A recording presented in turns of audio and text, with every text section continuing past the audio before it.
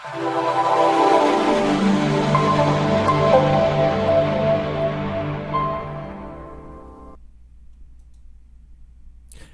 everyone. Welcome to The Walk. I'm Tony Leon, your host. This is the place where you'll be enlightened, encouraged, and empowered to work out your own salvation without fear of being led astray. For we walk by faith and not by sight. And faith comes by hearing, and hearing by the word of God. And God's word is a lamp unto our feet and a light unto our path. And as we go on this journey together, we're going to follow the Lamb, Jesus Christ, wherever he goes. And we shall do so in spirit and in truth. Now, before we get into our program, I would like for you all to subscribe, hit that notification bell, like, share, and comment. Now, for those who are so inclined, I would like for you all to send your other comments or whatever suggestions you may have to this address. It's going to be also in the description. enduretobesaved@gmail.com. That's the channel's email. Okay, so it will be in the lower part, and you'll see that. Just for those people who are more inclined to just send their suggestions, comments, whatever you may want to send it to that email. All right, we're going to get into our program with COVID Corner. Why are we in the third wave? Now, let's think about this for a moment. I've been preparing the audience for the second wave, and we've been doing this, for some time. I mean, this is our 16th episode, okay? And I'm looking at it like this. Why are we in the third wave? Let's just look at the numbers. All right, this numbers this morning, okay, or should I say this afternoon? Okay, we have 9 million plus cases. This is ridiculous. Just gonna, set the stage for a moment. The deaths, 230,000. This is in the US alone. Let us take that in for a moment. This is one of the most disturbing parts of the walk because I open up thinking about death. And it bothers me. So I just wanted you all to see, this is the worldwide numbers right here. This is pretty bad. The worldwide numbers are 45,854,000. I kid you not. We checked it last night, and today it went up 400,000 cases, new cases. Yeah, that's ridiculous. And look at the deaths. It's ridiculous. So now, where do we stand? The United States, I don't know if you all can see that, but the United States is at the top. That wave at the top, that's us. This is the United States, one of the most civilized countries in the world. It bothers me because we are number one. We like to be number one on something. Oh, we're number one in COVID cases. It's terrible. Now look at this. This is showing you the third wave thing, okay? We went from the first wave, and then it had plateaued. And then it went to the second wave. And here I'm talking about, preparing for the second wave. We were already in the second wave. And then it dipped. And now look at it. It's skyrocketing and just going up. And we're actually past the second wave right now. We haven't even hit our peak yet. I don't know where the peak is going to be, but I can just make an estimation, or should I say guesstimation, based upon all the research and what people are saying, all of the experts. They're saying that we're looking at 200 to 300,000 more deaths by the end of the year. That's what the experts are saying. I had predicted that number that would be at least double, maybe even triple by March. And I said that before because of how we're going. Why are we in the third wave? Well, you know what? I have to just say it's still leadership. It comes back to leadership because I said it before. If we had practiced proper PPE and things of that nature, we wouldn't be in the mess that we're in right now. So all we can do now is focus on immunity. So let's go into wholeness walk because that's exactly what we're doing. We're going to focus on immunity. Let's think about this from this perspective. Now, focus on immunity is the concept. Why? Because we have an immune system. Let's not look at the immune system as something to take light. Let's look at it as something that we need to aid, assist, okay? Like I said, what's health? Health is your body's ability to compensate for the demands placed upon it. So let's help it to be able to compensate. These are some tips to build immunity. Let's think about getting plenty of fluids, plenty of rest, activity to move the lymph, for your lymphatic system. You got to warm your body, get moist air, vitamin C, vitamin D, and zinc. Let's think about these for a moment. I want you all to take it all in, because what does this sound like? Remember, cold and flu season, COVID, almost synonymous. This is the time that we do these things anyway, if you're being responsible, when you're having cold and flu season. It's the same thing to build your immunity. Now, think about fluids on this level. Okay, it's like me, I always show people this. Bam, I love drinking tea. I drink my tea every day. I try to think about fluids in the sense that just getting hydrated. So one thing that I want you all to notice is this. A lot of people don't like drinking water. I hear it all the time. I don't like the taste of it and stuff like that. Water doesn't have any taste. I mean, maybe some does. But I need for you all to understand it's about fluids. Now, try to lower your calories when it comes down to fluids. Like tea, like 1 teaspoon. A lot of people didn't notice. 1 teaspoon of sugar is about 15 calories. Yeah, 15 calories. That's all it is. I put 2 teaspoons in here.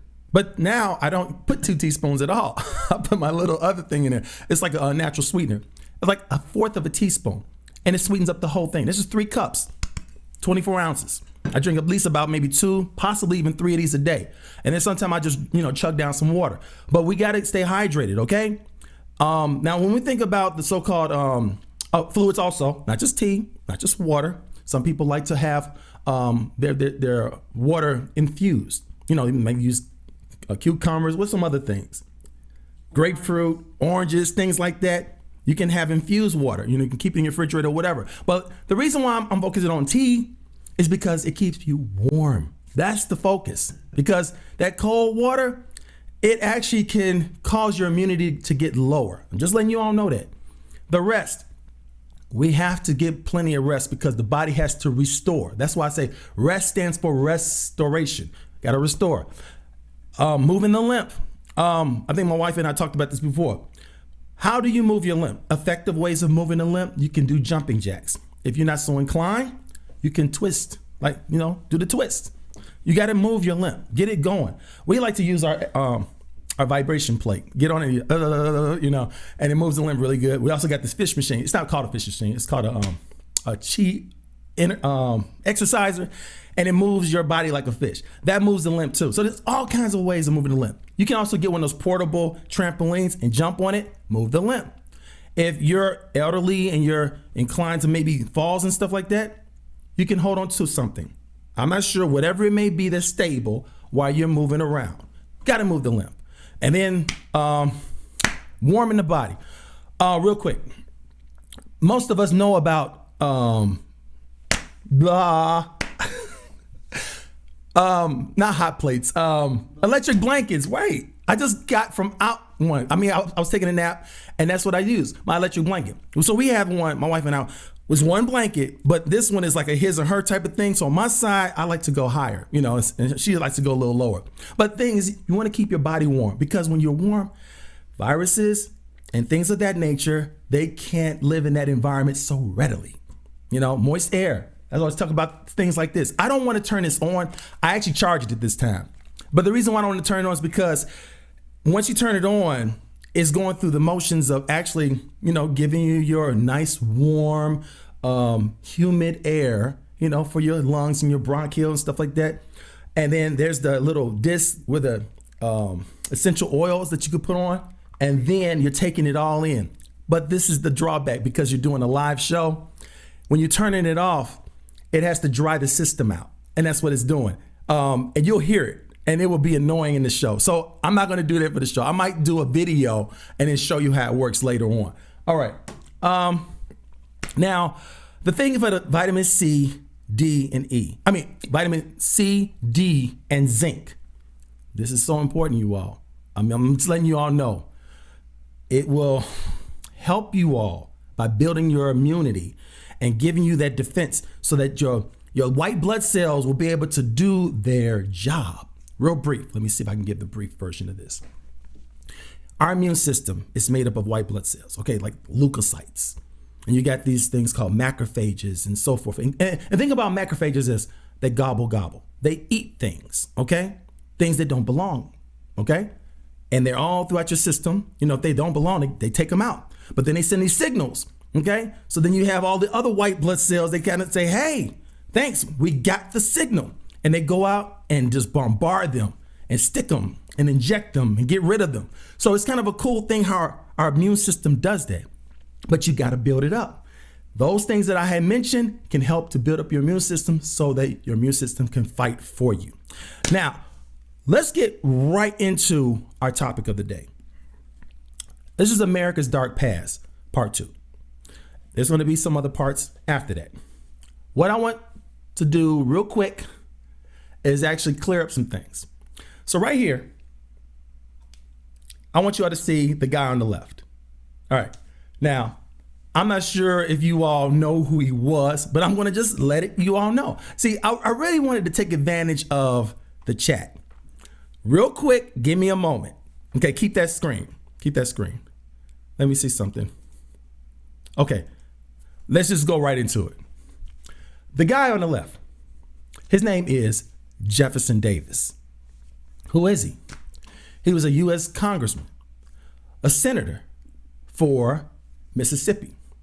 The thing was, we were going through this thing called secession, not for the Northerners, but for the Southerners. He was kind of at the heart of it, okay? But we're going to go into some footage from this thing that I thought was really good. It is like we have PBS, okay? We have PBS, and our PBS is the thing where we have like WTTW in Chicago, okay? And I need for, you can come into me, okay? So now I want you all to know there are PBSs nationwide. Mississippi has their own PBS. It's called Mississippi Public Broadcast. Now, they produced this documentary. I thought was just amazing. And we're going to have some footage and we're going to go over some things. And while we go on over these things, and it's not just them, we have some other footage that we're going to bring up. I want you all to just note the focus today is going to be on understanding what happened to bring the secession. And not just that, who was at the heart of it, you know, and what did it lead to, you know, so we can kind of keep that in mind. Now, we know the guy up front in the middle was Abraham Lincoln. The guy on the right, this is where I think I jumped the gun a little bit. We're not going to talk about him today. We're going to talk about him next week. We're going to bring out more details about them. I don't want you all to think about these individuals as, oh, they were diabolical, they were bad. What you going to say about Abraham Lincoln? It's nothing like that. What it is I'm just showing you that we have a dark past. And these are the men that, or the women, or whoever they are, the leaders, the people that were at the center during this dark past. So I know the previous part 1, we did focus on George Washington, Thomas Jefferson, and Benjamin Franklin. There was some dark past with all 3 of them, more so Thomas Jefferson, and of course, Benjamin Franklin with his ideology. Okay, in case you all didn't know this, I just want to make it very clear. The ideology that a lot of them had was a superiority complex. I have to say that. Superiority complex, okay? And the superiority complex had a name, and the name was cognitive dissonance, where they didn't see themselves exactly how they really were. So we're going to go into some footage today. This was, like I said, Mississippi Public Broadcast. And you'll see the title when it comes up. So let it roll.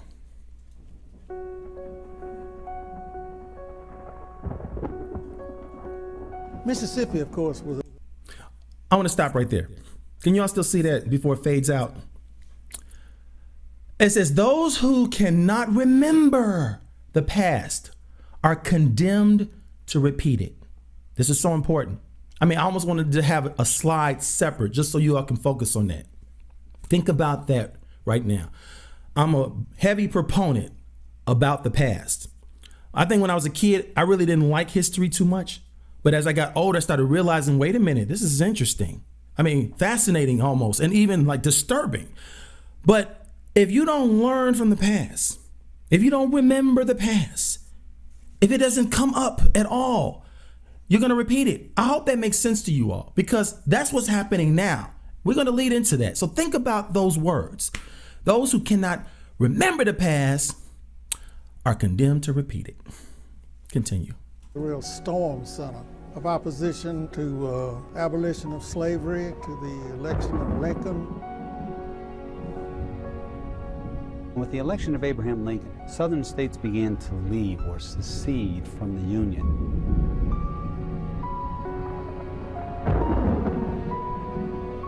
A new Confederacy was being formed. A second American Revolution loomed on the horizon. With Lincoln's election, it meant that Lincoln had the power to appoint people to hold federal offices in places like Mississippi. And this terrified Southerners because they thought, my God, Lincoln might appoint an abolitionist. White Southerners feared losing their money, losing their way of life. There is a sense that everything that you stand for could be lost. We do not intend to carry on war against the government while we live under it, but we do claim a right to sever all connection with you. Mississippi Congressman Otho R. Singleton, 1859. This rush to leave the Union was not unanimous by any means, but whether they supported secession or not, they thought Mississippi had the right to do it if it wanted. If you read what Mississippians said when they passed the ordinance of secession, it's clear that the only thing that created secession was the issue of slavery, the protect.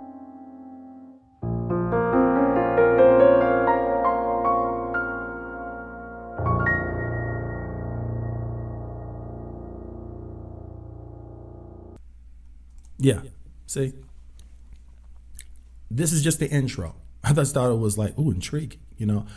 So it kind of sets the stage for what's happening.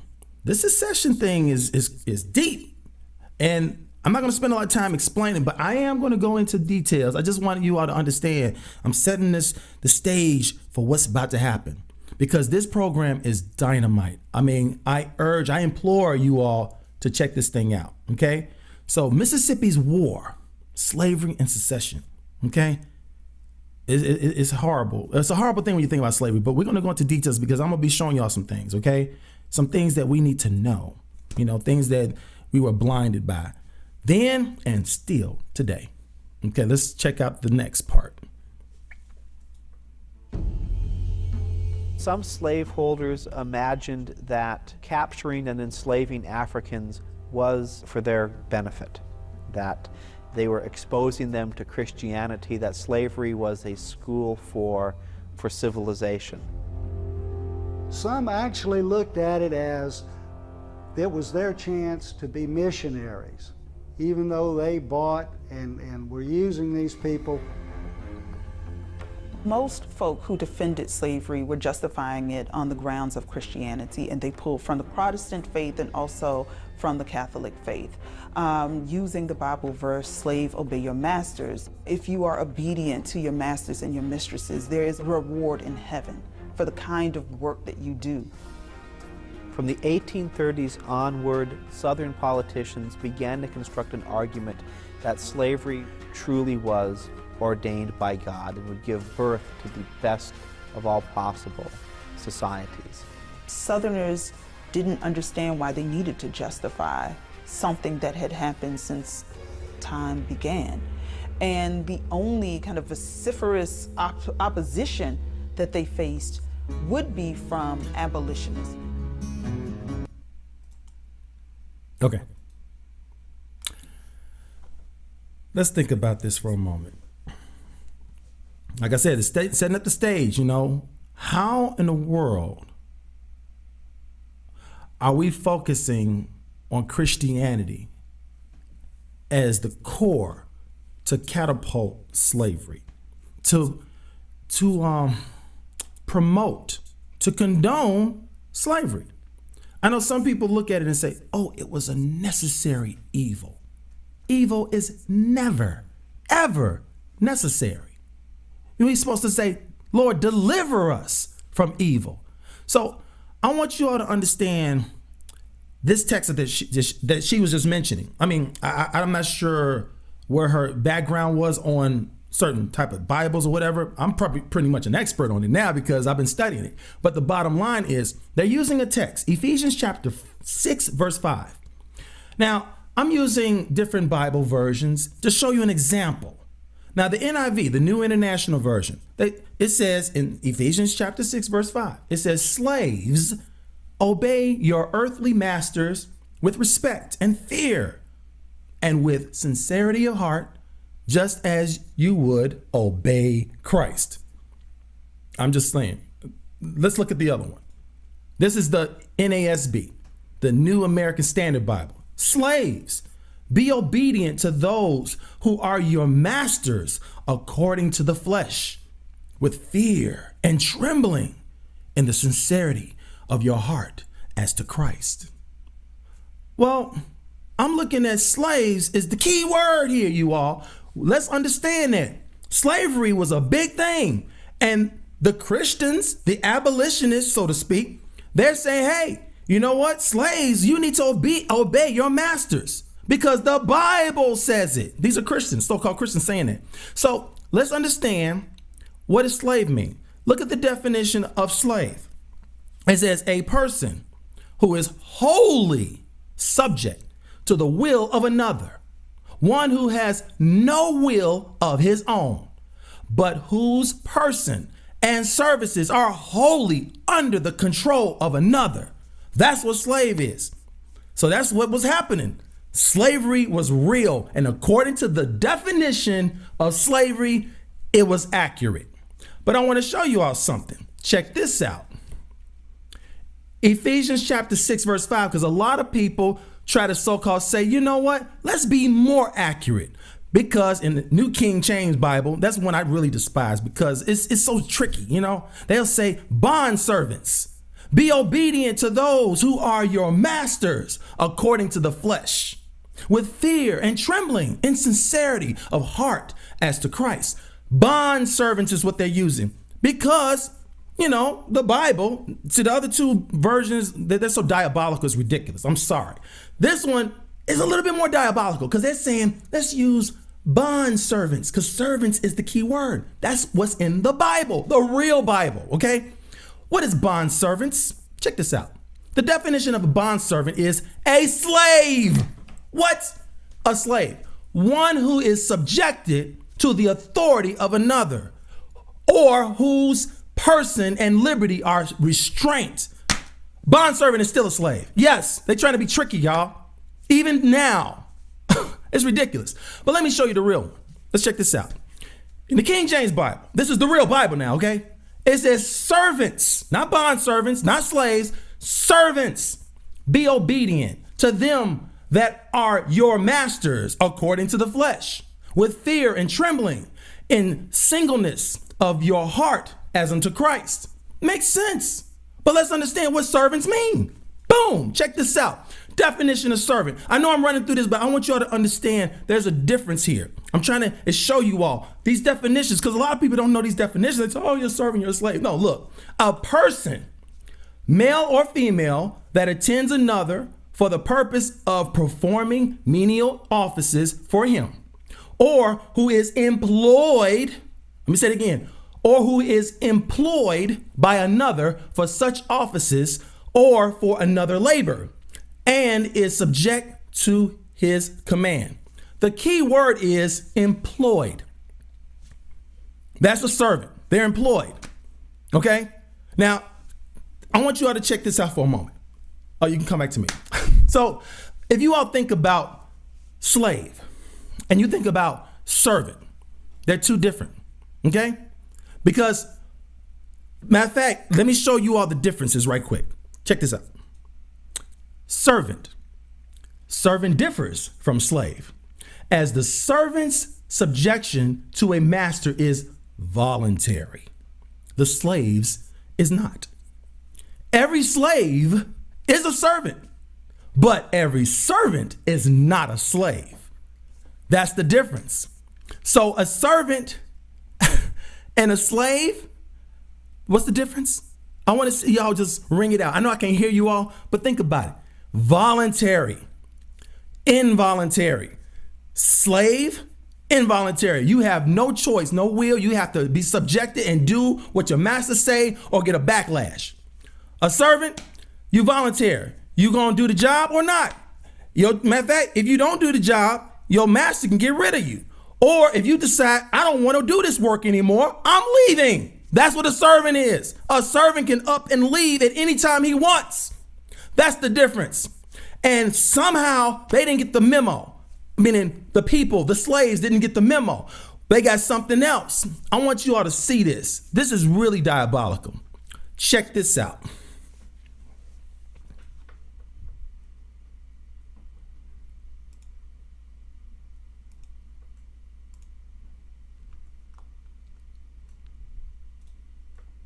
Roll it.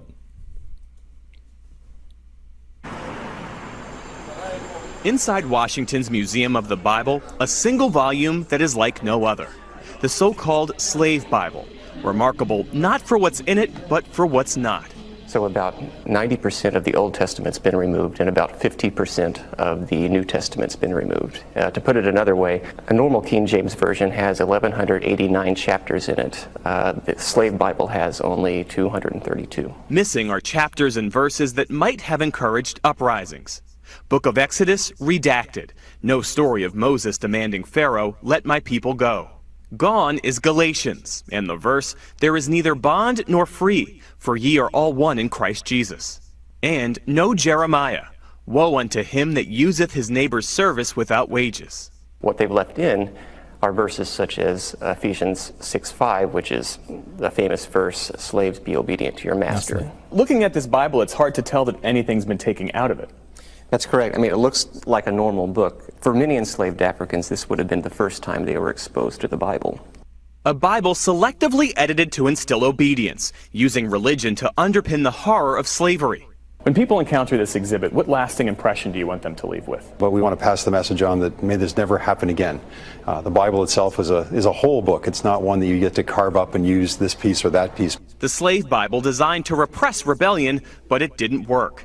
Enslaved people in the Caribbean constantly fought against slavery until emancipation. I think it's very relevant to understand our history, not just American history, but our African American history, our roots and how we got to this point. A dark chapter in the history of the good book. Jeff Bennett, NBC News, Washington. A dark chapter. See, that's what we're focusing on. Our dark past. America's dark past. Part 2. It's weird because I was trying to figure this thing out. I mean, I didn't know. I'm thinking every time I keep hearing about slaves, obey your masters. I kept thinking to myself like, wow, I could see that the slaves would be inclined to think that, hey, that's the way to go because the Bible said it. But have you ever thought that maybe the slaves would be thinking, man, skip this God. Who is this God? You know, this ain't what I signed up for. We don't know how the slaves thought or how they reacted to such brutality based upon God's holy word. But like I said, they didn't get the memo. They got something else. They got a slave Bible. Taking out all of the good stuff, you know, about the Exodus. Took it out, you know. And here, you take this one. Ephesians chapter 6, verse 5. But like I said, they changed it. I just showed y'all that. They changed it. The King James Bible, the real Bible. Matter of fact, even the guy said it. King James. It's not there. Servant. We already broke down what servant is. It's voluntary. Slave is involuntary. So when the slaves getting this, they're getting all confused. I mean, I guess I would too if I was in their shoes. And I'm like, wow, but this ain't right. You be thinking in your gut, this ain't right. But you got to go through the brutality anyway. Oh, those white European men were evil. I'm telling you. And that message has been resonating from then to now because all these Bible versions, all of them promote slavery as that it was a necessary evil. That's what it's saying. So if you're using, I'm just saying, if you're using one of these other Bible versions, because, I like the way it sounds. I had people step in my face, black and white people. I don't care who they are. They said, it helps me. Or how about this one? This is my Bible, you know, New International, New King James, whatever it may be. But I'm looking at it like it's got to be something. Like I said, if I'm a slave, I'll be like, this is something wrong with this situation. But you don't know what it is. I'm giving y'all, this is the heads up, you know. You don't have to be fear of going astray, because this is the truth, because the truth will make you free. And if you're free indeed. So I'm looking at all these people that are using these Bible versions. You've been warned, you've been admonished, check it out. This episode right here could save your life, because if you're still using these Bible versions, what you're doing is you have been implanted an ideology to keep you down, to keep you subdued, to keep you in bondage. See, we're supposed to be free. The truth will make you free. That ain't the truth. And I'm letting you all know, if you're still holding on to these Bible versions that say slavery, bond servant, things of that nature, I'm not saying how dare you. I'm just saying, after you check it out and you still stick with it, yeah, how dare you? I say it because I'm looking at it from the perspective of maybe you didn't know. Maybe you're just blind. Maybe you're ignorant. But don't go with that willful ignorance, because willful ignorance is definitely not bliss. I want you all to see this. This is Jeremiah, chapter 22, verse 13. And that's what the guy brought out from that museum. It said, one moment, woe unto him that buildeth his house by unrighteousness, and his chambers by wrong, that useth his neighbor's service without wages, without paying him, and giveth him not for his work. And that's what was happening. They took that out. That was in the real Bible, not in that slave Bible. Because if they saw that, they say, wait, all this work, where's my pay? I'm telling you, man, this dark past has caught up with people. And I'm thanking God that he gave me this platform to reveal this stuff, or shall I say expose this stuff. Now, keep in mind that as we continue to go through this, there is something or someone or some organization that was behind this so-called Bible. Check it out. We began seeing the missionaries when they provided the audits of what they received from in donations. We began uncovering titles such as select parts of the Holy Bible, 15, along with 3 school books or 3 arithmetic books and 5 candles and whatnot. And so now we're starting to sense that, yeah, I think we're getting very close. And we began reading more of the writings of the leaders of the society, principally a man by the name of Bilby Porteous, who was the Bishop of London and the founder of the society. And in a very famous letter in 1807, at the same time that the first slave Bible that we know of was published, he describes the tactics that he recommends the missionaries use in their interaction with the Africans in the Caribbean. And one of the tactics is provide a Bible that... Pause. See those? Those are cards. At the museum, if you were going to this museum, they provide you cards where they have 4 questions. I don't remember the exact questions, but they were simple questions to say, what do you think? Like about this slave Bible. And they would give their reason, their answers, and write them down. This is not the video, but he brought out another video, and you can look it up on YouTube. It's a part 1, part 2, part 3, part 4, part 5. This is part 5. And he broke it down and said thousands of people that visit this museum, they all wrote their take on this thing, this slave Bible. And it was all kinds of nationalities. It wasn't just black people. And they said all kinds of things. Like they were appalled. You know, they were emotionally disturbed because of this. They were upset, angry, saddened, and all that kind of stuff against what they did to the slaves. This diabolical thing, you know, this guy, you know, in England or wherever that was. And I'm telling you, this is a common thing. Once you see the truth, you don't like to defend a lie. You don't. Once you see the truth, you stay away from that lie. You're like, no, I can't be part of this. That's what I'm saying. People, wake up, because this is a venue. This is an avenue for you all to see. Don't be dumbed down. You know, don't be stuck on stupid. Continue. has selected parts that will teach enslaved Africans to be obedient to their masters. And so when we uncovered that, you know, this, with the publishers, their intentions, the way they used it, it all fit together. Yeah. You see, the focus was to get the slaves on board with slavery. Obey your masters. The intent was for them to get the slaves to be docile and to deal with their masters and not have no uprising, even though there were tons of uprisings. I mean, no matter what you do, people just got it in their heart. It's like a fire shut up in their bones, and they don't want to just sit there and take it like that. No.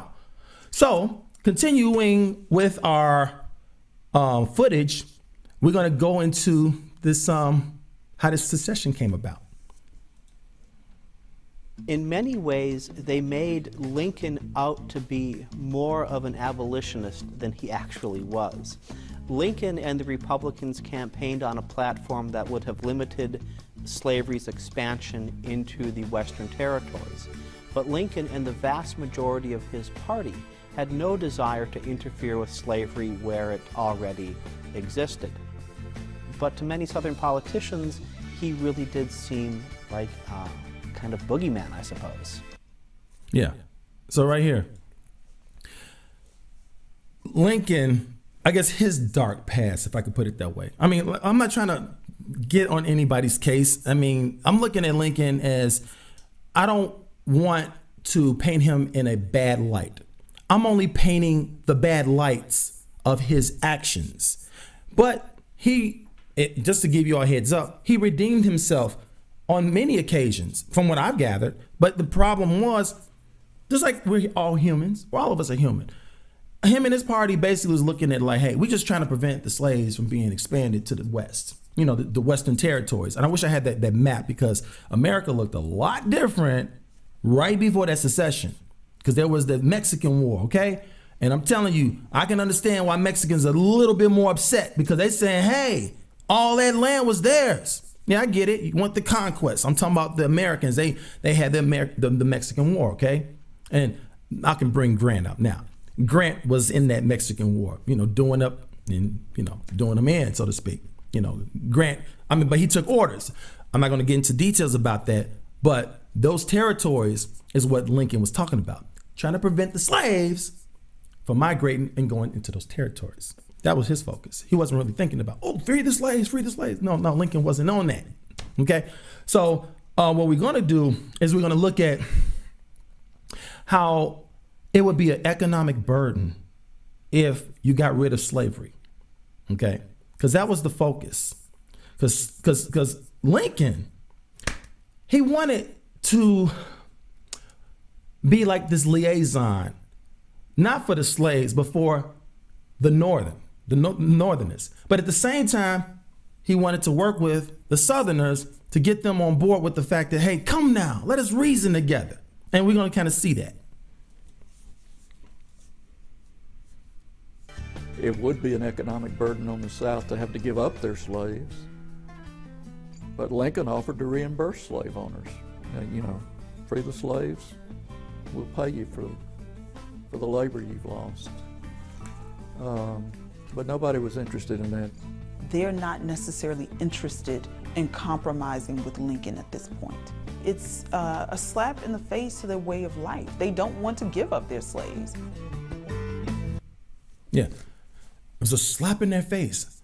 This is their way of life. Our way of life is to, I hate to say it, I mean, y'all might be a little offended when I say these things, but it's the truth. You know, to keep the so-called black man down. You know, they're 3/5 of a man. They're not a real man. You know, we own them.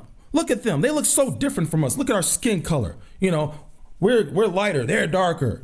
You know, look at our hair and look at their hair. You know, look at our eyes. Look at their eyes. Look how they speak. Look how they look. You know, and they try to justify all of this evil that they did to us based upon prejudices instead of just looking at us for who we really are, human beings. But somehow the forefathers did not look at it like that. They looked at it like we were 3/5 of a man. Oh yeah, that's what they did. You know, it's a shame that they put it out there and leaving it for the next generation to probably clean it up, which they will never clean up. No one wants to own and be responsible for that. Now, see, these are some facts about Lincoln with his views on slavery, which I thought was interesting. Okay, this came from Eric Black, columnist, Men Post. This is May 31st, 2013. Okay, he favored gradual, voluntary, compensated emancipation of slaves tied to a plan for colonization. I hope y'all caught that. If in case you all didn't, let me read it again. Lincoln, this is Lincoln. Lincoln favored gradual, voluntary. Remember, we talking about servant? That's voluntary. So maybe he got the memo that servants are voluntary, slaves, no. So he favored gradual, voluntary, compensated. Remember, compensated, that's wages, employment, emancipation of slaves tied to a plan for colonization, meaning so that we could live on our own land, maybe 40 acres and a mule. I mean, something to think about, okay? So real quick, voluntary meant that individual slave owners could voluntarily free their slaves, or more importantly, individual slave states could choose to participate in a plan for ending slavery within its borders. Sounds pretty good to me. It says compensated meant that public funds could be offered to the slave owners of such a state in payment for the loss of their slaves. Even in the middle of the Civil War, President Lincoln conspired to get Delaware, a slave state north of the Mason-Dixie line with relatively few slaves that had not seceded, to accept such a plan. But Delaware legislation defeated it. Colonization. Colonization referred to the assumption that most of the freed slaves would not remain in the United States. Interesting. But would agree to be settled in Africa or several sites that were under consideration for such purpose in the Caribbean or in Latin America. The African nation of Liberia was created under this plan in the 1820s. In his 1861 message to Congress, he asked for funds to finance colonization efforts. So I'm looking at it like this. You know how some people say, oh, go back to Africa, go back to Africa. What about then? Why you didn't say go back to Africa then? I mean, it just makes me wonder. But see, Lincoln got his wheels rolling, and I believe God was working with him. But somehow, the South did not want to go with it. Why? Because they wanted to keep us in bondage. You know, like, let my people go. No, we won't let your people go. Their heart was hardened. They were evil, evil men. And these people wanted to not just keep their slaves for labor, they wanted to use us and abuse us. Oh yeah, why you think so many black people nowadays are so many shades of color? I mean, let's keep it real. I mean, you got from high yellow to caramel, you know, to brown, to dark chocolate, or whatever it may be. Come on. I mean, Thomas Jefferson, he was a scoundrel. That guy, oh my goodness. I mean, I know he was our forefather, but look what he did. I mean, look what all those other so-called white European men, they were raping our women. Why? Because they could. That's terrible. And there's some more footage on that. I don't have that, you all. I really wanted to bring it out, but I wanted to explain it because my wife, she showed me that. It was very disturbing. And it was from DeGry, right? Yeah, DeGry, the lady I showed you in part 1. But we're going to continue with the program because secession came. Here we go. On January 9th, 1861, Mississippi's secession convention voted 84-15 to leave the Union. The vote itself is a lot closer than most people believe today. There would be a lively debate in newspapers and town halls across the state of Mississippi. Not everyone was in favor of secession. After the news broke that the Ordinance of Secession had passed, the Natchez Courier reported, "The secession ordinance was received yesterday with almost unanimous disapproval and condemnation. Hasty, ill-judged, wrong were the terms generally applied to it. Our citizens generally felt that the convention had sacrificed everything and obtained nothing." Nothing. Days later, on January 21, 1861, Mississippi's Senator Jefferson Davis resigned from the United States Senate, a day that he called the saddest day of my life. It has been a conviction of pressing necessity.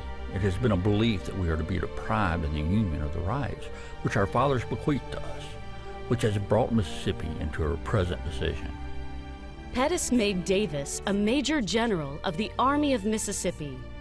Florida, Alabama, Georgia, Louisiana, and Texas soon followed the example set by South Carolina and Mississippi, and they too seceded from the Union.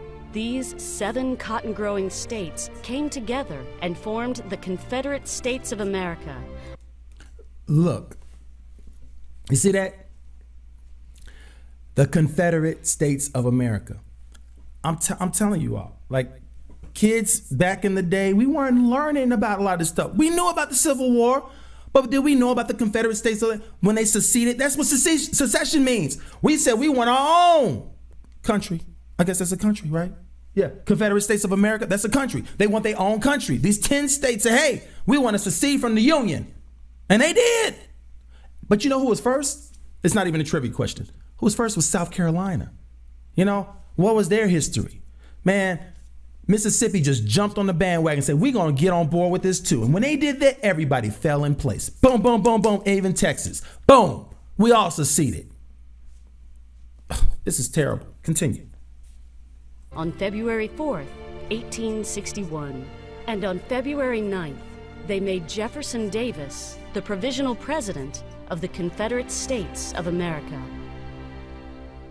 Traitor. Sorry. Traitor. We're going to continue with this because look, okay, yeah. So when you think about Jefferson Davis, the provisional president of the Confederate States of America, not the United States, the Confederate States. Sound big, right? 10 states. Still, back in the day, we didn't fill up the whole map, okay? But this Jefferson Davis dude, man, I mean, all I can say is that, wow, you know, it's the saddest day of my life. Why? Because you want to keep the slaves enslaved? That's the saddest day of their life. Matter of fact, it's probably the best day of their life because they said, wow, somebody's fighting for us? Oh man, it gets special. Let's check out this last segment right here because I want to get into some things, okay? The new provisional Confederate president, Jefferson Davis, issued a call for 100 arsenals and forts. After Confederate troops attacked and took control of Fort Sumter, Lincoln called up 75,000 Union troops to reoccupy U.S. properties throughout the South. Thus began the Civil War. Yeah. See? So here's Jefferson Davis, the provisional president of the Confederate States of America. Plus he's the general. And here he is. One of his first orders is to say, hey, you know what? We're here. We're down south. Remember, we're talking about the 10 states, okay? These 10 states, you know, Texas all the way to Florida. Boom. In South Carolina. All of these, Tennessee on down. All of this. This is us. Now, what we're going to do? We're going to take what the post offices. We're going to take their mints. You know, mints, that's where you make the money, y'all, okay? We're talking about gold and silver and all that kind of stuff because back in the day, that's what they mainly used. And they took all their buildings and stuff. And then they hit Fort Sumter. Boom! Started the Civil War. And of course, Lincoln ain't gonna just sit there and take it. No, he gonna be like, hey, retaliation. But in this case, it's more like you blew it because now whatever we do, we're gonna fight to the end. And they did. It was like the bloodiest war. I mean, it was bloodier than the American Revolutionary War. We're talking about a lot of people died, and it wasn't just from the pistols and the cannonballs. We're talking about they died from disease and everything. It was horrible. It was horrible. Matter of fact, more people died from disease than they did from bullets and cannonball. Yeah, it was horrible. So I just want you all to keep that in mind because right now, all of us in this thing together, we are Americans, okay? let's examine ourselves to see if we're in the faith. Are we in the faith? You know, we're Americans, true enough, but are we in the faith of Jesus? You know, are we real Christians? Or are we saying, you know what, let's push our views upon others? You know, God didn't give us the spirit of fear, but of power, love, and sound mind. Are we living in fear and saying, oh, we can't give them the truth? Oh, it might cause an uprising. Let's use these other Bible versions. Let's appease the people. Let's appease the leadership. Let's do that. Because I'm telling you, I'm getting tired of these Bible versions. Oh my goodness. I've seen so many Bible versions and so many excuses to use these Bible versions, but yet it promotes slavery. Oh, no. And then let's examine ourselves from the perspective of reminding ourselves that God ain't through with us yet, but God ain't through with them either. God wants to work with all of us individually and collectively. Are you in it to win it? Are we letting our light so shine that men, women, boys, and girls may see our good works and glorify God in heaven and to edify our fellow man? Remember, they need to be encouraged in the faith. Don't look at them. Look at yourself. What contribution do you have? Let your light shine. Don't worry about them, because you know what? If they're going to continue this ideology to keep our race down and any other race for that matter, because I know how they're treating the Hispanic people, the Asians, the Muslims, and all these other people out there. And when I say them, I'm talking about hateful white people, not white people. That would be prejudice myself. You just see the fruit. Jesus said, by their fruit, you shall know them. Okay? We got to see where we are. We got to check ourselves to see where we are. Do we have allegiance to God? I didn't say allegiance to the country. I said, do we have allegiance to God? You know, we're with God first, right? You know, like I love my wife. You know, I said, my honey, I love you, but I love God first. You know, God comes first. Have no other gods before me. Check yourself. Do you put God first? I'm not talking about like a radical. I'm talking about like your consecration. You're holy, acceptable unto God, abiding in him, he in you. Are you wearing his word like a loose garment? Are you? We got to think about these things. So this song right here, I want to say it. There's a little history about this song real quick. Hymn to him. Lift every voice and sing. I think a lot of people know it, but there's some people actually probably don't know it. But lift every voice and sing. This is PBS brought this up. It was on Black Culture. It says, many people are surprised to learn that Lift Every Voice and Sing was first written as a poem. That's cool. As a matter of fact, a lot of hymns are written as poems first. Then they put music to them. It says, created by James Weldon Johnson. It was performed by the first time. It was performed for the first time by 500 school children in celebration of President Lincoln's birthday on February 12th, 1900, back in the day in Jacksonville, Florida. The poem was set to music by Johnson's brother, John Rosamond Johnson, and soon adopted by the national, just say NAACP, as its official song. Today, Lift Every Voice and Sing is one of the most cherished songs of the African American civil rights movement, and is often referred to as the Black National Anthem. I want to make a correction right there. It's referred to as the Black National Anthem. It is not. It is for every American. I want to say that because there was one minister, he got so much flack by saying it's for all of us. And some black people, black churchgoers said, no, it's not. That's our song. Yeah. I mean, really? Yeah. Okay, I'm looking at it like, this is for every American. And then maybe some white people felt funny singing it. That's their song. No, it's our song. If you listen to the lyrics, you'll know it's our song, not black people's song. Our song as Americans, okay? Because I'm telling you, this song is powerful if we just take in those words and sing it with grace in our heart to the Lord. Remember, hymn to him. Let me get my breath first because this song is deep. And I might even pause. I might do this to catch my breath. So bear with me. We're going to sing this song together with grace in our heart to the Lord. Little atmosphere.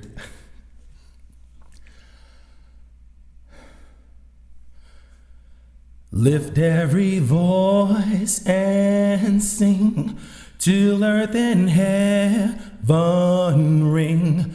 ring with the harmonies of liberty. Let our rejoicing rise high as the listening skies. Let it resound loud as the rolling sea. Sing a song full of the faith that the dark past has taught us. Sing a song full of the hope that the present has brought us.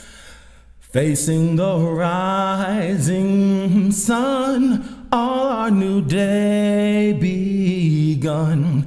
Let us march on till victory is won.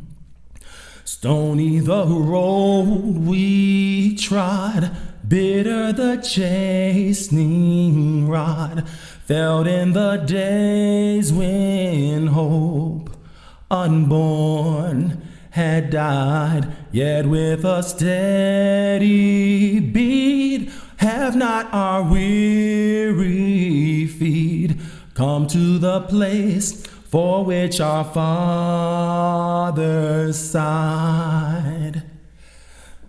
We have come over a way that with tears have been watered.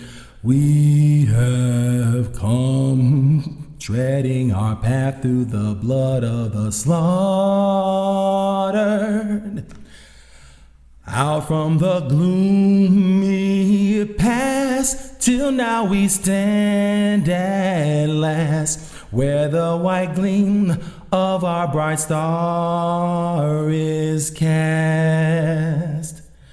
God of our wearies, God of our silent tears, thou who hast brought us thus far on our way, thou who hast by thy might led us into the light. Keep us forever in the path, we pray. Together.